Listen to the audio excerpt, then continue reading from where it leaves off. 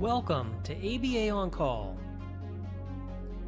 Join myself, Rick Kubina. This is the maturing of our science that can be done, and Doug Kostewicz. It is so powerful to be able to convey numbers rather than the subjective nature of words. For thought-provoking conversation. Hey everybody, would you like to get a CEU for this episode? Listen closely for the announcement of 3 secret words delivered throughout the episode.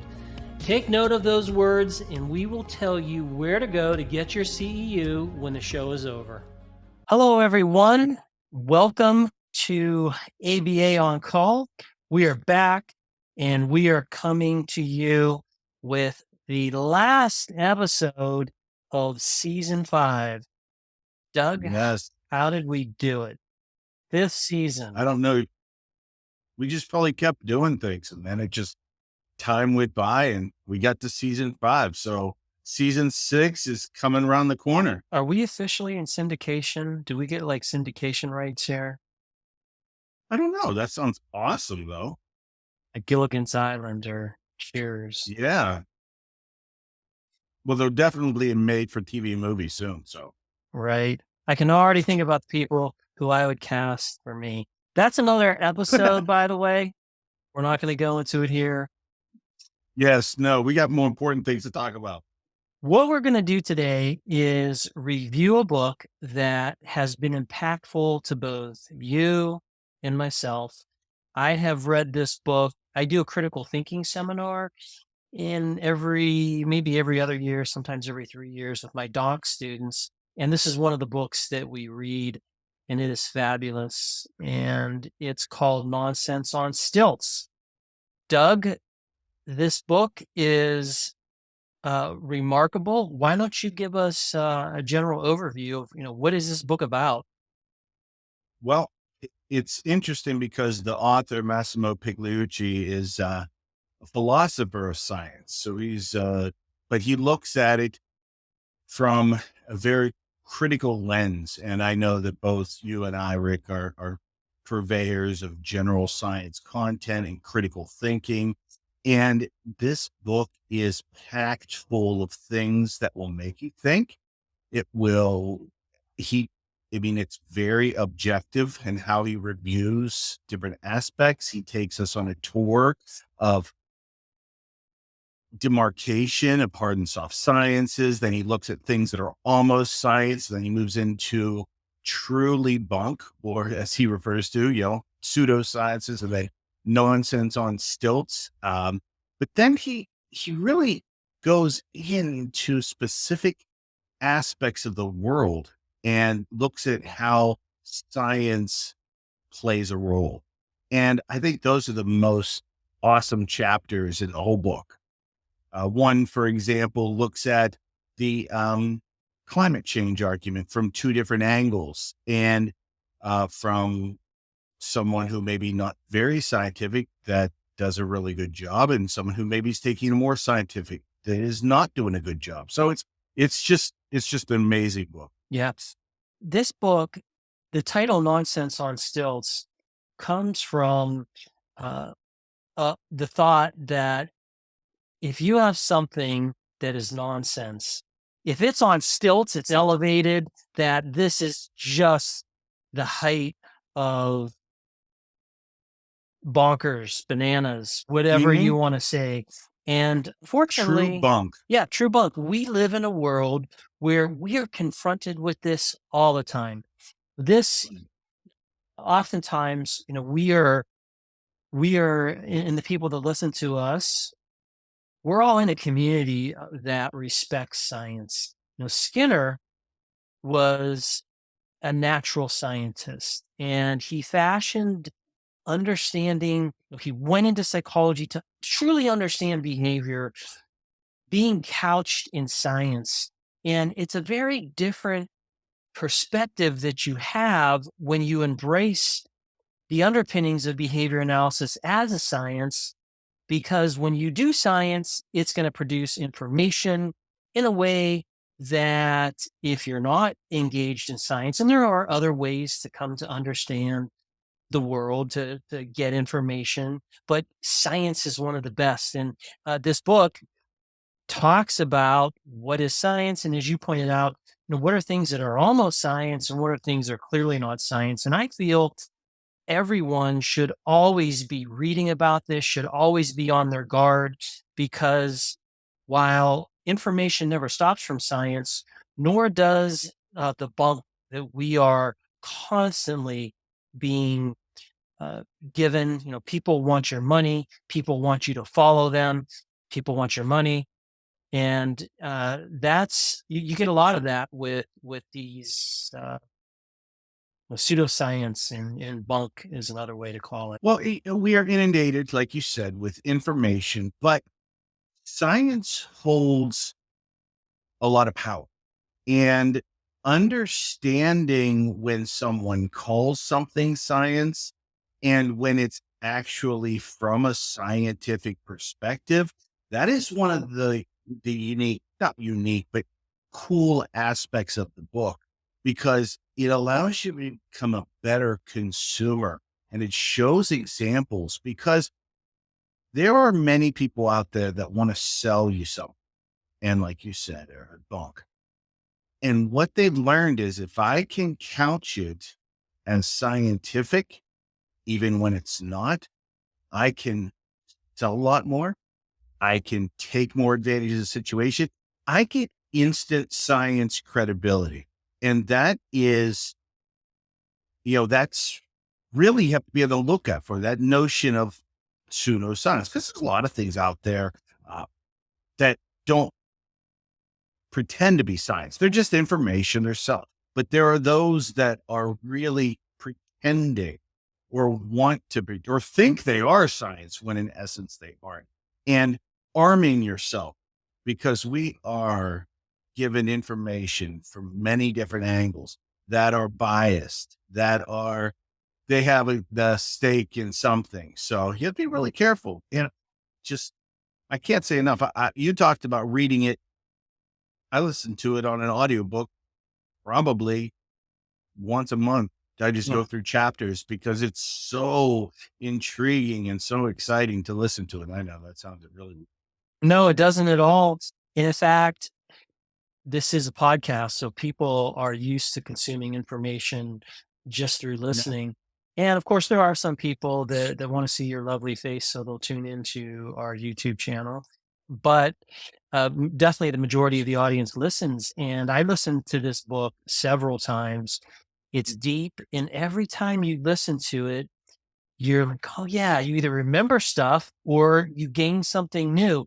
And that's what great works do. And in North Sense on Stilts, this book, as you said, goes through lots of different facets of what science is. And I think that we live in an age now when people are really moved in when we look at cultural events and we look at world events, so much of what we see be can go back to understanding, is this real? Is this not real?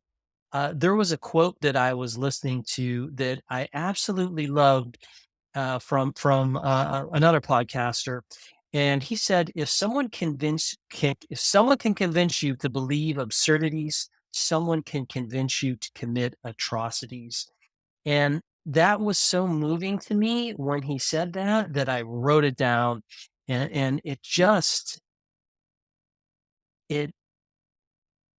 it really shows where people can go wrong, and the power of belief in understanding. And of course, science sheds light on what is likely true, what is not. Now, I will also point out that there's two things really to discuss here.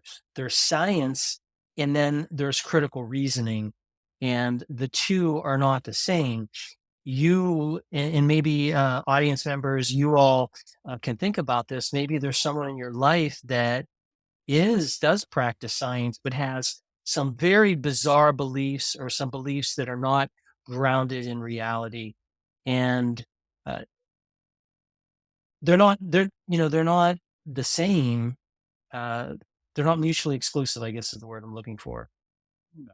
And the author goes into both aspects, talks about the science, but then he also talks about the different ways that you can use critical thinking, critical reasoning to help you form judgments, help you make decisions, because one of the main goals here is doing things better and better for you, better for society. And I mean, I think that brings us to our first question, because I'm ready to dig into some Okay. specifics. But our first secret word is philosophy. Mm, okay. I like that word. Good. Well, let's jump from that secret word philosophy and go into, so we have two sections that we're going to discuss. The first section is what's one of my favorite chapters. The second section is what is your favorite chapter? And we weren't going to be cute here and be like, oh, it's the whole book. We definitely picked chapters that resonated with us.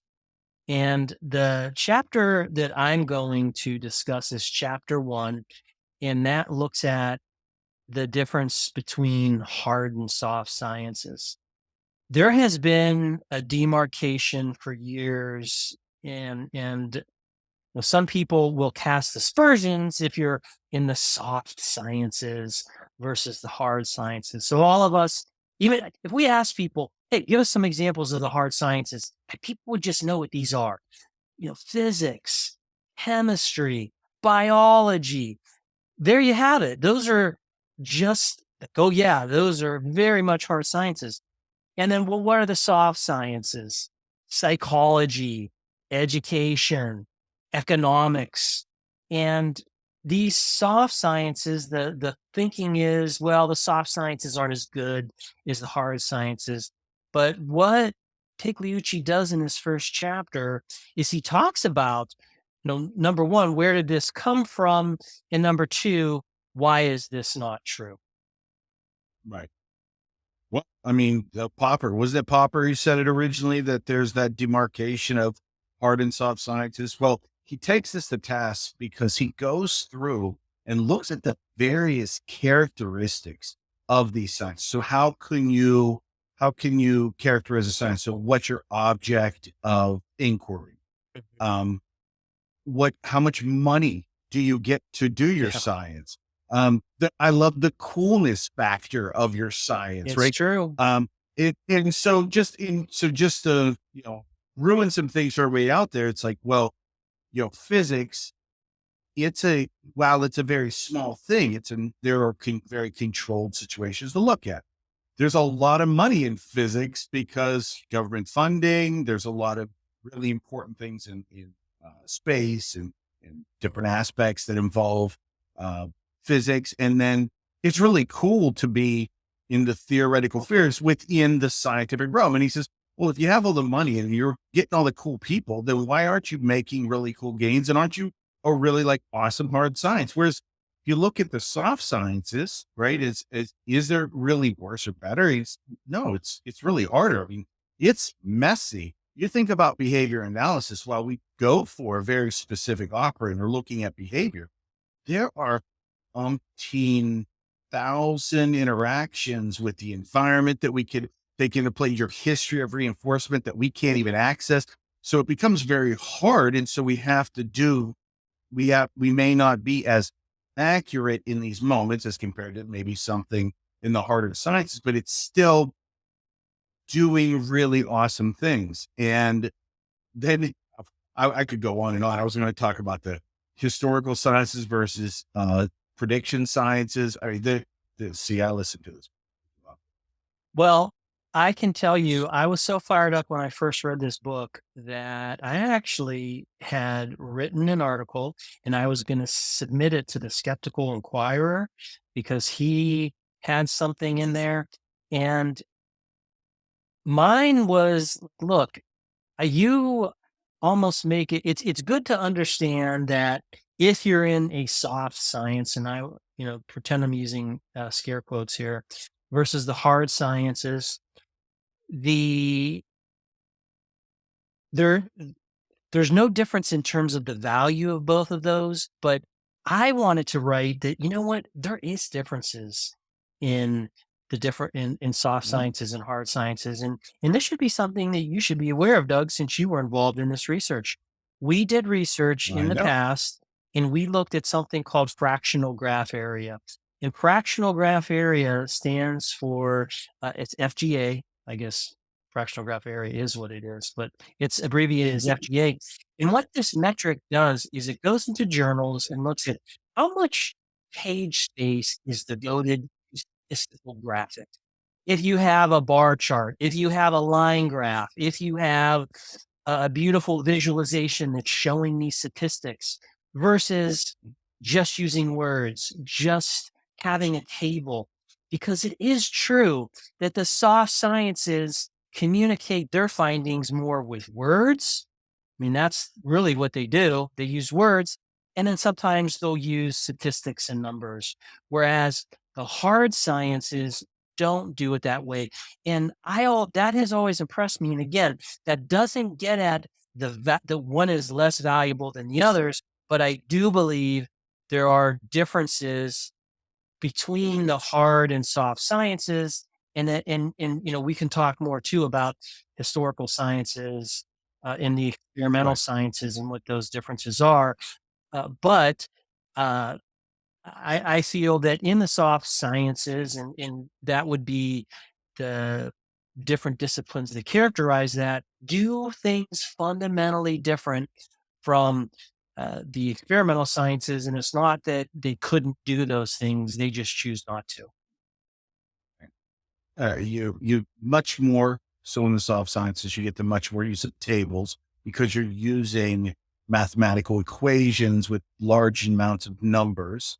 And he uses the example of molecular genetics transitioning from a hard science to a soft science because the mountains of data, once they discovered the double helix, it was began to move into a soft science because they're dealing with more numbers and more mathematical functions. So it's still looking at important things, but like you said, it's different ways to conduct business, and science is a way of knowing. So it is different ways, and I would argue um, probably behavior analyst leans closer to those hard sciences, although as your data, or actually our data showed, uh, when you are sharing behavior analysis with a softer science, like its aspect discipline, you tend to conduct business like like a softer scientist. If I remember correctly, education journals that were behavior analytic tended to have more data shared via tables than Right. they did graphs, whereas behavior analytic journals that were just behavior analytic had more graphs. Yeah, that's absolutely right. And this shows it's another way of maybe demarcating the differences. But back to the chapter, and just talking about, let's just have two things here: historical sciences and experimental sciences. When you talk about historical sciences, what that means is something that's using history to understand where we are. There are this is shocking to people, Doug, and that is you don't have to conduct experiments to have a Nope. science. Nope. But yet, You when do you not. say that to some people, they'll be like, "What? That can't be right." Well, they didn't read this book, obviously. Right. But the historical sciences, like if we said, "Hey, is paleontology a science?" I don't know that there'd be anybody that would say, "No, No, paleontology isn't a science." And I would think if you ask people, "Is it a hard science or a soft science?" They would put it in as a hard science. Uh, Paleontologists aren't creating any experiments. Well, what are they going to manipulate? no. And in fact, they look for different aspects. So geology looks for different things, and yes, sometimes you get the smoking gun, like the the crater around the Yucatan Peninsula. They found it, but it just confirmed all the data that everybody had found, but it had happened in the past. Sure. It's explaining us. So, but there was no experiment that was run. You're asking questions. You're trying to understand. You don't have to run an experiment, but you are systematically gathering information and then making sense of that. Yeah. Same thing with how was the universe created? The Big Bang. When they found cosmic radiation, which it's not like that happened yesterday, but in our lifetimes, it's within the last 100 years. And that's incredible. And that really helped us understand things.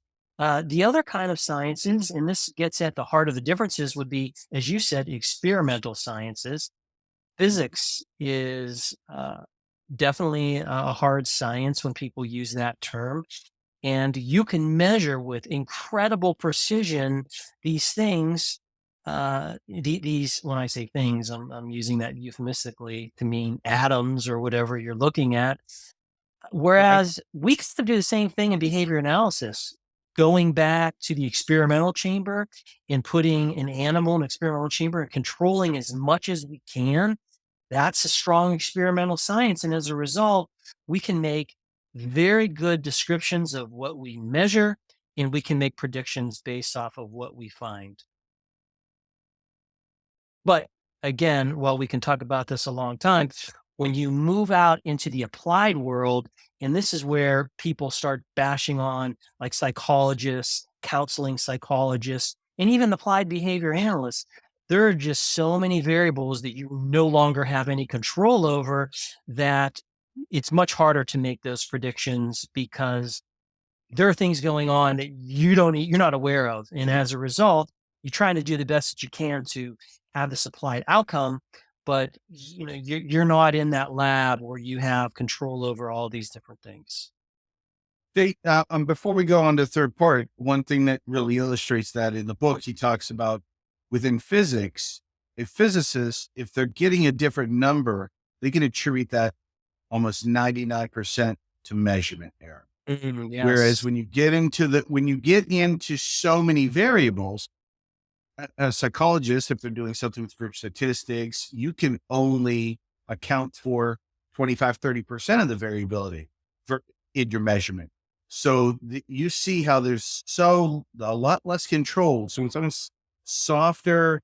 It can be more difficult in some respects. So it's an interesting argument. We've not done it justice by our 10-minute discussion. It's worth a read. Please read it. So that brings us to the end of part 2. And that word is graphs. And now my chapter, I get to talk some now. So Rick, you chose chapter 1. I actually went to the other end of the book and chose chapter 12. And the title of that chapter is Who's Your Expert? And this book really culminates with this chapter because it's challenging you or asking you or giving information from a whole bunch of different angles, trying to get you to say, should I believe this or should I not? And in today's world, even in behavior analysis, in any science, you have people telling you things. And whether it's Stevie, whatever, we have to either believe or question or ask follow-up questions. So we have to say to ourselves, are we going to believe this person? Or are they an expert? And who makes them an expert? And I thought this chapter was amazing. He starts off, and I don't mean to get so deep. He starts off with a Socrates. So Plato, Mhm. Socrates talking about expertise. And it was about whether or not someone was an expert at being a doctor. And they came to the conclusion, well, the only way to know if someone's a doctor is if you're a doctor. And I'm sorry, but I don't have time to be a physicist. I'm sorry, I don't have time to be behavior. I don't have time to be an expert in everything, so I can't judge that. But they do give some guidance, and I'm going to give you. So he talks about. I'm going to read this out here. So Alvin Goldman, he comes up with 5 things to help you decide should you take this? Are they an expert in what they're saying? So, the 5 things: an examination of the arguments presented by an expert and his rival. So you're looking at both sides, what's going on. Evidence of agreement by other experts. Okay, so you get people that are agreeing or disagreeing. Independent evidence that the expert is indeed an expert, such as a Ph.D. or long history in a certain field. An investigation into what biases the expert may have concerning the question at hand. Am I making money off of this? And the track record of the expert. I think those 5, if people could master those 5 characteristics, we could do a much better job of filtering information to us. And this is, you can sometimes hear in this superstar is telling me about this wonderful cure for air loss. Wait a minute. Are they an expert? Is there so you can go through this and test this and just set yourself up to, hey, I'm going to be a little hesitant here to believe that this is actually coming out. So that was my thing. So Well, those I want to hear your 5, thoughts. well, you jump towards that ending, which I think is so relevant and so important. People, as you point out, if you have a platform where you can reach lots of people, like celebrities, celebrities, they aren't going to know any better than anyone else, but yet people will listen to what they say and accord them like, oh, this person knows what they're talking about. Right. One of my favorite heroes, if you don't know this, I'll share this with you all, is an aging actor. His name is William Shatner. The guy's 92 now. And, he actually has this song about how, and he's talked about this too, because he was the captain of the Star Trek, of the Enterprise, the Starship Enterprise.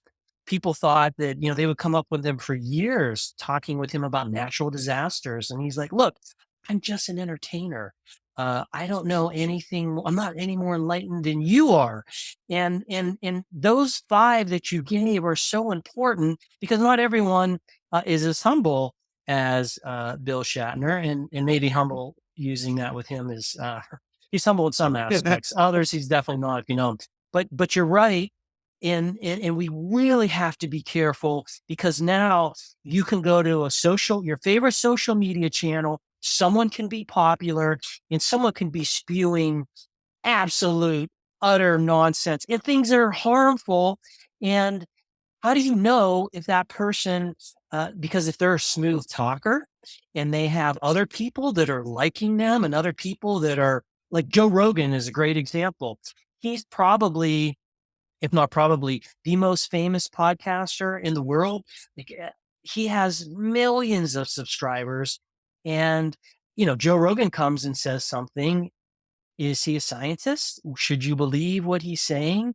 And applying those 5 components, I think is very important because number one, is the person just talking?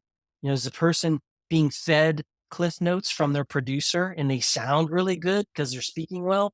Or are they an actual scientist? If you have cancer, don't come to me for treatment because I don't know anything about it. I'm not an expert, but I do know a few things about education in behavior analysis and how people learn. And that is part of my expertise. And that is something I could help you with. And comic books. And comic So, books. Thank you. Okay, there you go. So 2 things I want to say. One, the author warns, and he says, you have these 5 things. You don't want to jump to just one and exclude someone's argument because of that. Just because Joe Rogan is Joe Rogan, you don't necessarily get rid of what he says. That's right.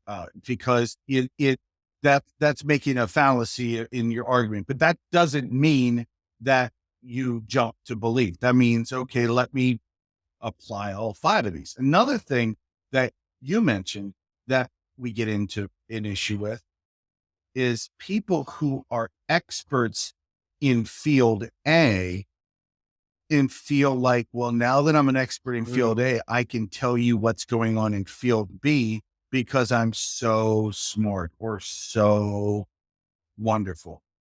That's a problem too. Again, we don't exclude it just because they're saying it and who they are, but that just because I have a PhD in special education and applied behavior analysis doesn't mean I can tell you about economics, right? That doesn't mean that I can tell you very, very little bit. And that is, I spend my money, it goes away. And that's about it. So the idea here is you use these and because you don't want to be taken advantage of. I felt like when I realized I took it personally, what was being said, if I got looped into it, that's on me. And so I have to take control over what I can control, whether or not I'm going to believe so. So I just felt like those 5 things, and it takes very little to kind of do a little research. You become so much more informed and you do not get taken advantage of. Yeah. That's what this book is geared towards. How can you become a more informed consumer of information? And Yeah. there's so much information out there.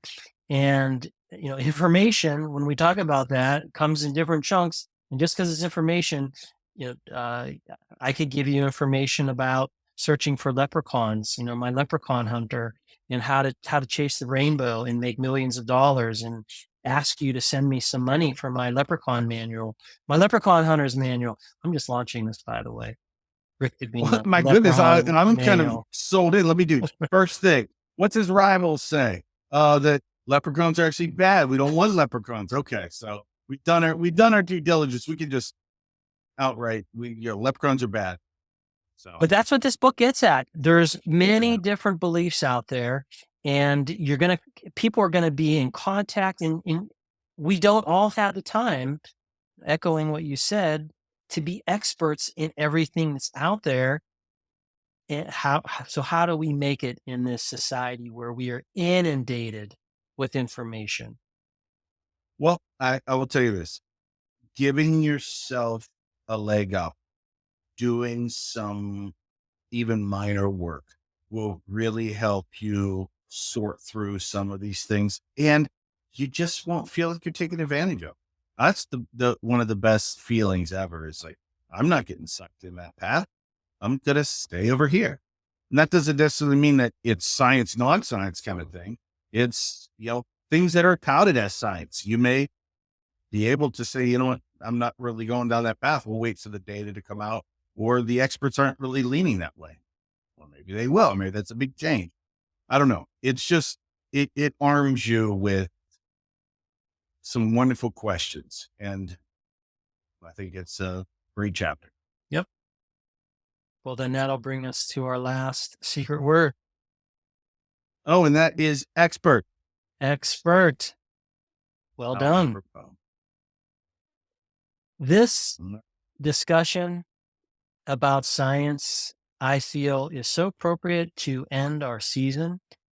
I can tell all of our audience listeners, we are getting very close to 6 digits in terms of our downloads, which is remarkable. And I just feel such intense gratitude to all of our listeners, to everyone that's out there spreading the word. We happen to, we have a community of people that are interested in helping people live better lives in whatever way that is. And I don't know about you, Doug, but I feel just incredibly honored to be able to be in a position where we're sharing information, where we're connecting with our audience and frankly our people, in talking about information that's so important to not just society in general, but all the way down to the individual, that each one of the people who are working with our audience listeners. I almost wanted to say, and Happy New Year. And happy, you're not going to top that. I My can't. I just expression said of gratitude to everyone that's out yes. there. I mean, that just was like, and a Happy New Year. That's all I got for you. Well, Happy New Year to you all and to you too, Doug. And we look forward to talking to you all again next season on ABA On Call. Thanks for watching this episode of ABA On Call. To get your CEU, follow the link and instructions below the video. You can enjoy the program again there, or you can go straight to the attendance verification quiz. Just enter the secret words and pay the CEU fee to generate your certificate.